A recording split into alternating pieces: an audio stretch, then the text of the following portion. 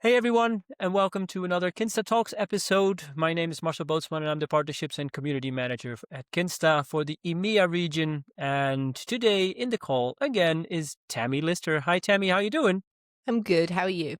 I'm very good. Yes, very good. Happy that we can hear you because we've had a little bit of a microphone challenge before We had the some recording gremlins. started, but it's all good now. So happy to Yes. have you here. Thanks for your time already. Thank you. Um, Today, just for the viewers, also a little agenda. We're going to talk about a little update on the core program team, Hmm. about the core AI work that has been done in the previous 3 months since we last spoke. I think Mm. time flies.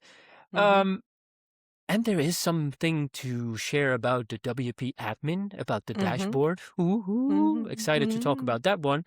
And Yeah. we are going to do the uncached opinions with Tammy as well. We've prepared a few statements, and Tammy is going to give it a go and agree or Hmm. disagree on whatever. We'll see.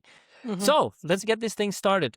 Tammy, as I do in every Kinsta Talks episode, I would like you to introduce yourself in short. Um, what do you do in WordPress? Hi, my name is Tammie Lister, and I contribute to multiple different areas across WordPress. So, in my day job, I actually work at Conversio in product, but when I'm not doing that, I also do contributions to core team, core program team, core AI team. I work both in product areas, but I also work across in engineering and design. So, yeah, that's kind of what I do, which is just contributing in any area that I can be useful in. You said just contributing. It's not just contributing, Tammy. You're contributing a lot, and you're contributing for a lot of years already. And Mm. yeah, I want to speak out my appreciation to your Thank you. contributions. And yeah, so let's get into the agenda. Last time Mhm. we talked about the core AI work that has been happening and updates that landed in WordPress 6.9. Can you share any updates with us on that team and what things we might expect for 7.0 in the near future? So for core program, it's a lot of tying ends and finding pieces. So we've been looking at the project. So we had some quarterly goals, which were great, but we just had so many foundation pieces to put in. So we've been focusing on trying to activate people, but also trying to collect roadmaps. That's a longer process than maybe we thought it was going to be, which is fine. And now we're pivoting to look at how can we get projects from teams. So it's really good that each team has, for contribution days, you turn up and you sit down and you have tickets to go through. But imagine a world, if you would, where you turned up and you could just be there and suddenly have projects that you could do. Imagine if the credits team could suddenly have projects that they could do. So all of these kind of things is really a future world that really the core program team would love to kind of collaborate and work with. And a lot of that is tying the pieces together. The core program team is really kind of flow connector, I guess, team that kind of does that. But also people have been working in that role in other teams. And I think that that's kind of one of the important things to say about the core program team is I'm doing core program team work, even if I'm in a different team. So I'm doing it in the AI team. I'm doing it in all these different teams as well. So I think that, and we also have other people doing it in those ones. So sometimes in the core program team channel, you'll find it's quite quiet because all those people are in the other channels doing the work, if that makes sense. Yeah, it does make sense. Thanks. Is the core program team designed and set up to make inter-team communications and alignment of projects better? One of the goals. The other goal is more visible. I think it's an ever-evolving goal and ever-evolving function. It was initially set up because, honestly, it's a lot of hidden work that doesn't go visible. And to try and do that connection. And we're working out currently, we're not even a year into it, we're working out currently how that actually happens. And I think the biggest thing that happens is by other people coming and joining the team and doing that work. Me in a corner doing the work of the core program team isn't a team. So other people joining, and that can be other people joining for a few months, other people joining for a little while. So a lot of it is making visible what you can do to start contributing, and that you are already contributing to the core program team. So those kind of pieces have been going on a lot with it. So I've been having lots of conversations with people of like, hey, you're already doing the work. This is how you can collaborate together and make sure that this surfaces. Looking at areas where maybe in the project we already have pages that could be more reflective. So we already have a roadmap page, but how could we evolve that? We already have these pages. So there actually is a GitHub repo where when we have a project, so the AI, and we're kind of going to pivot to AI, but the AI guidelines, that was one thing that kind of came through the core program team, which technically it's core AI, but also it's through the program team, right? So something comes through, then it gets a ticket into the core program, then it gets broken down. How are we going to deliver that? Well, the accessibility team has always been able to deliver guidelines. So we look at how something has been done in the past in a different team, we take that model, and then we can do it for another team. So that kind of way, we're looking at, from a program perspective, we're looking at using things we've already done. The same with projects. We've already done things like had projects years ago. Design, lots of different teams used to have projects that you would be able to have at contribution days. We sometimes forget how cool we are as teams, and we sometimes forget all the cool things that we'd ever done. I spent some time, goodness me, a few months ago, going back over all the old community summit posts and surfacing what some of the really cool ideas we had that we hadn't. It wasn't that we didn't action them because we're not cool. We just didn't have time because we're running to catch up with things. We're running to do releases. We're chasing so much because we're trying to spin all these plates. And those ideas are still valid and they're great, but we need to go back and check and log them and be able to have that pace. And we'll get there eventually. In open source, sometimes an idea takes 10 years to brew, or it takes like the 7th person to say it. And that's cool. The 7th person saying it was the right person to say it. Yeah, you mentioned a really important thing. Time and contributions. Time is something we are all short of. Yes. There's other stuff we need to do. We have paid jobs also. We have our social life. We have our friends, our family, Yes. everybody. That all takes time, which is good. And should take time. Oh, absolutely. Yes. And that's why one of the kind of pieces of core program is making it easier to find these things, and that's going to take a long time because first you've got to find them, then you've got to find out which ones should be found, which which ones maybe are valid still, which ones maybe aren't, because sometimes teams aren't valid, sometimes technology certainly changes, right? And then finding a place where we can still find them. And that's not hidden down the back of a sofa in a handbook somewhere. No, sadly not. No, or happily not. No, exactly. Oh, thank you for this little update. Mm-hmm. I'm very curious to see where WordPress 7.0 is going to bring us and what new stuff is going to be included in there. One of the things, and I've already gave a little spoiler in the agenda, is there's going to be a little change in the WP admin. Can you tell a little bit more about that? Yeah, so this is a hopeful change because it hasn't been committed yet. So it's been called a reskin. So it comes initially for some work that Fabian has been doing. So he took the new design system, so the colors, the spacing, all the things that have been in the site editor, and interpreted them into the admin. There was a playground instance and a plugin. A few of us kind of minorly collaborated with him. He took a lot of the work. And that was a while ago. We tried, oh goodness me, it was a couple of releases ago. We tried to get some of that work in, but it was a little bit too early. And sometimes you try and get work in when it's not kind of brewed enough. And this time what we've done is broken it down into, I'm going to try off the top of my head, remember we've got colors, and then we've got inputs, so the inputs and buttons, and then we've got cards.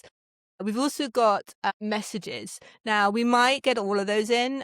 We've got potentially some other tickets, but I'm not sure those are going to get in as well. We've got transitions and different pieces. So there actually is like a potential repo with all those kind of things in.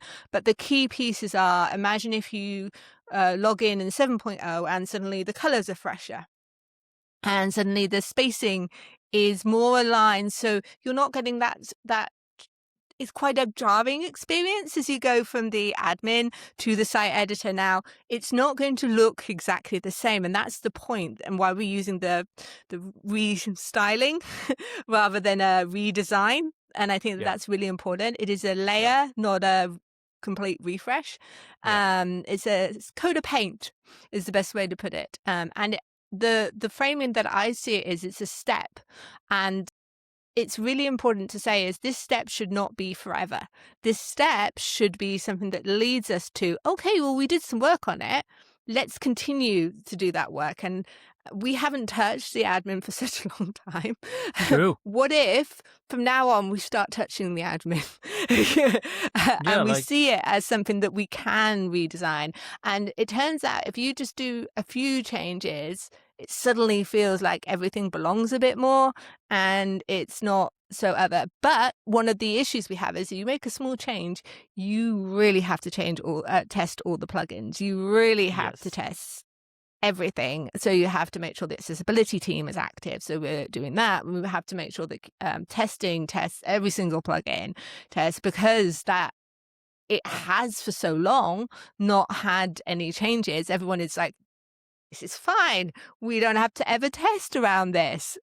So that's part of it. Even when we change like from 32 to 33, that's not what we're doing. But like a 1 pixel padding change, that could, in theory, break something. I don't think it's going to, but It could. kind of things Yes. like that you have to be careful of. Yeah, absolutely. So is there a plugin right now that people can install and It's check out the so progress?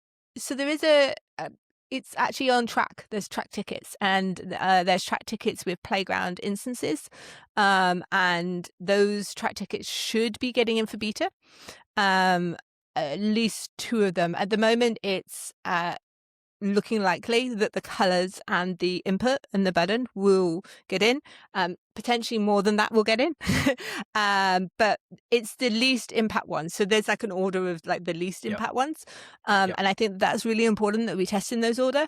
And then we also looping in the accessibility team, looping in, and we're doing this in the methodical, careful way of just getting testing. We can get it in for beta. Now, to be super clear, if during that any testing feedback comes in, because these are macro, because of the way that they are done, they could get reverted, things like that. And they can also get iterated. And I think that is really, really important to say, so that people don't suddenly think, oh, my buttons are suddenly going to have like purple sparkles. And that's not what we're talking about.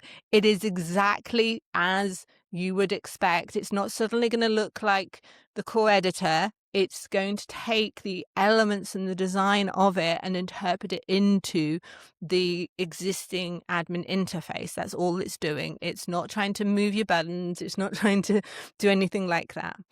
Yeah, and all with the goal in mind that the WP admin environment is going to look a little bit more like the full site editing and the block editor layouts and inputs and those kind of things, to make it a bit kind of streamlined. like it's like in this instance, it's looking like itself, but a modern version of itself with those colors, inputs, how a table would look in that way. So we may not even get to the table. I mean, I don't think we are going to get to tables at all. Well, we're not this release, most likely. We may get to cards this release. We may get to buttons this release, hopefully. But if we do that, it will just be that the buttons are less many years ago than the buttons are today. And we all have to be honest, the buttons do look a little bit like historic. Bless them. Yes, they still work. They work really, really well. But if they could be a little bit bigger, we'd have even more accessibility on our buttons and things like that. And if they could be clearer and all those kind of things. So there are things that the newer design system give us from a clarity perspective as well, and from a fresher perspective. But also we had to be careful to not suddenly make everything, and when we did it before, we made everything too white, and that was one of the comments. So we've got to kind of find that balance between some of the tones and some of the kind of balances as well. Yeah, absolutely. Well, looking forward to the screenshots, and I'm going to check it out. But it's all on Trac. We're not even doing it in GitHub. We're doing it completely visibly in Trac, so it's old Yes. school way, because Old it's also school. the old school part of the product, really. So It is. it's It done is. through Trac, it's done through where WP Admin is currently the CSS. And we're also not redoing all the CSS. That was something that was on the table before, like refresh all the CSS, do all of that. No, that's not what we're doing. We're doing it really simple from this approach. Yes. For people that want to check this out in Trac, is there Mm-hmm. any keyword or tag you can mention that people can find? Reskin is one of them. Okay. And then most likely within a week or so, and also with the beta. So if this gets in for the beta, what will happen is when the beta gets announced, or beta, choose your own adventure, it will be these things are the features that have got in, and then it'll be listed. They actually, at the moment, on those tickets, there are playground instances, so you can just click and then try, which I love. It's like one of my favorite features. Yeah. No need for a separate plugin. You just click and you launch No it in need your to browser. learn how to do patches on Trac, which is so nice. Also, yes, definitely. All right. So thanks for that update on the reskin of the WP admin in 7.0, or at least a part of the reskin. What I almost forgot, and I didn't mention that in the agenda, but I'm going to ask it anyway. You went to Australia. I did. How was, what was it, Sydney and It was Sydney, yeah. Queensland, right? Yeah, I went to Sydney. Yeah. You gave a presentation there, or I two? did. I gave 2 presentations. Yes. It How was did amazing. It go? I've never been to Australia before, so it was incredible. You glued some spare time after you didn't go there, do the presentation, and went back. I hope you spent some No, time I was there. really lucky. I actually had a week and a bit in between, so it was really, really nice. And coming back, I went to State of the Word, which actually is kind of on the way back because it's. But yeah, it was amazing. I feel incredibly lucky to have gone, and it was really good to get to see a different WordPress. So the first conference was not WordPress, although it was kind of WordPress adjacent, and then the second conference was NQ, which was very focused on WordPress, and I felt really lucky to be part of it. Nice. That's good to hear. Yeah, absolutely. I like that you had this experience and got an opportunity to speak in Australia, and yeah, very happy for you about that. All right, so let's get on to the next agenda point, which is the Uncached Opinions. Deep breath. It's your first time for this, and I'm very curious where this is going to, how this is going to go, and yeah, whatever. We'll see what happens. So I'm going to read a few statements for the people that are not aware of what Uncached Opinions is or are. I'm going to read a few statements which are not my own opinion, and definitely not the opinion of Kinsta. These are just statements to open a small discussion, an agree, a disagree, and a small explanation of why. So I'm just going to start. Are you ready, Tammy? You look ready. Excellent. All right, let's start with the first one. The push for low-code and no-code platforms is actively degrading the general public's understanding of good web design principles, prioritizing ease of use over accessibility and performance. To me, that shows that someone's forgotten that they had to learn at one point, because we all have to learn.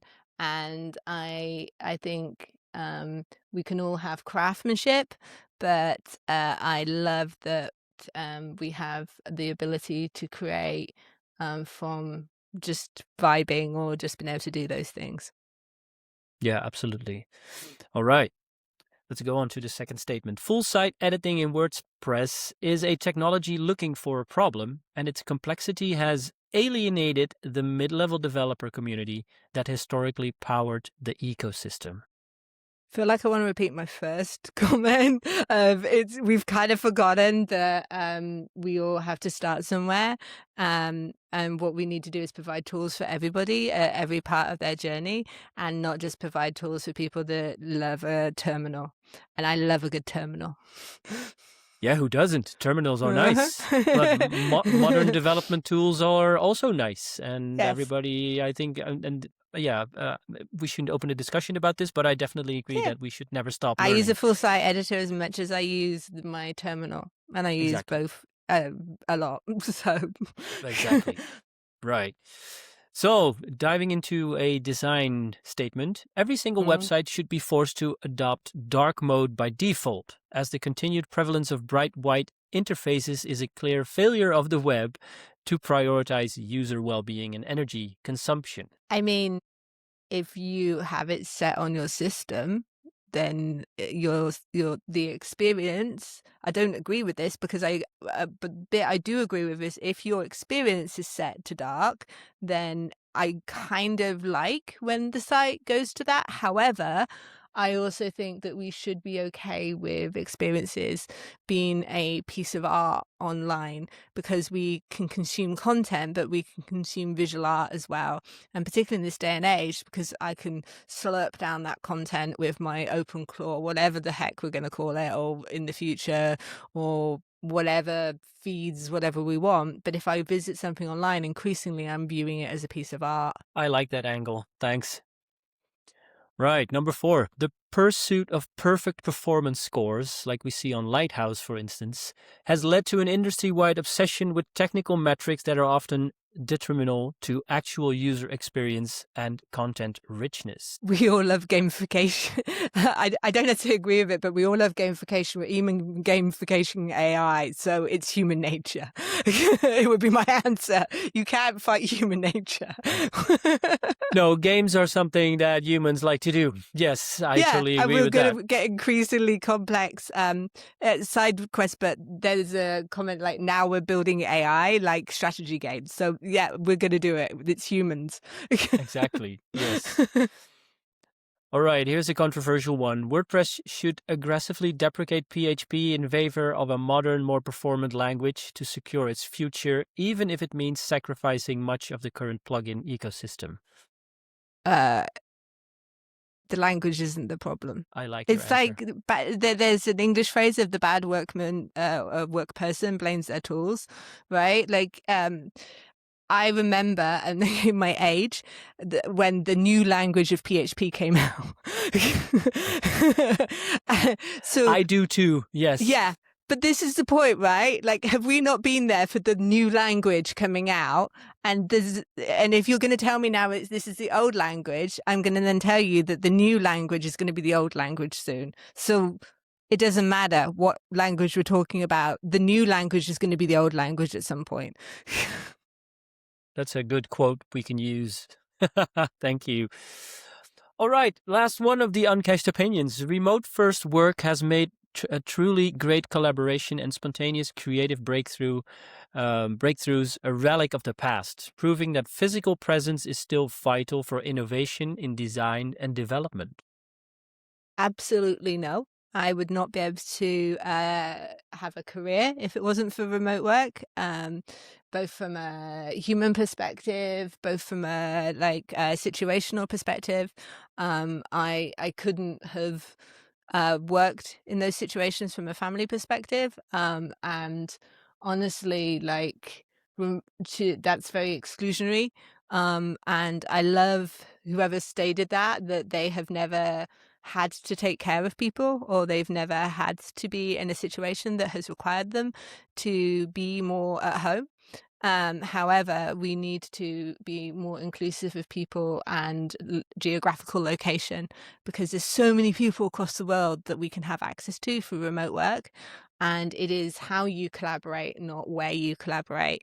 Many people are a lot less collaborative in person, I'm sorry, and a lot more collaborative.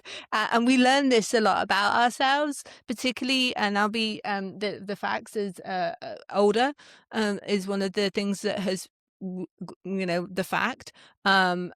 And we have found ways to be able to deal with this. So you can have incredible design workshops, incredible workshop situations online. Yes, you have to kind of find them and you have to collaborate, but no, absolutely not. Excellent. Thanks for your answers on these Uncached Opinions. Thank you. Yeah, about the remote work. I work remotely since 2009.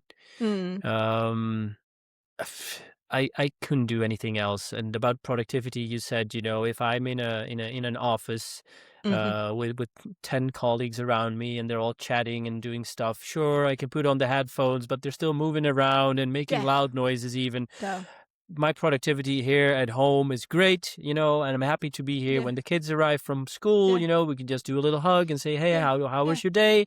And then go back to work and yeah, they do their homework, hopefully. yeah. But yeah, it's great.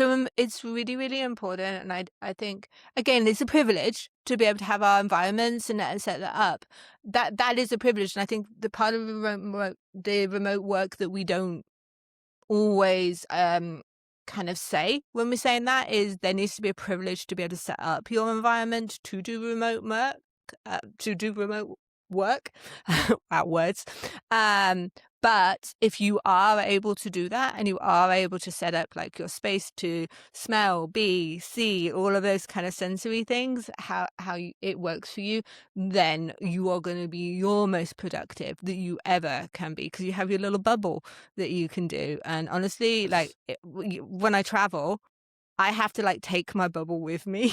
It's quite heavy to take my bubble with me now. It's getting increasingly like bigger luggage because I have such a kind of good environment that I have with me. So Yeah. yeah. Well, great to hear. Nice addition to this interview. Thanks, Tammy. Thank you. I want to thank you for your time Thank you. and your opinions and your updates on whatever is happening in the WordPress project with the core program team, with AI, and with the WP admin Reskin. Go check it out on Trac if you want and you're watching. Let's look at the new layout, the new colors, new buttons, new inputs for WordPress 7.0 if they land in WordPress 7.0, of course. Thank you. Again, thank you very much, Tammy. Gonna wish you a happy day and thank you all for watching this Kinsta Talks episode. See you next time.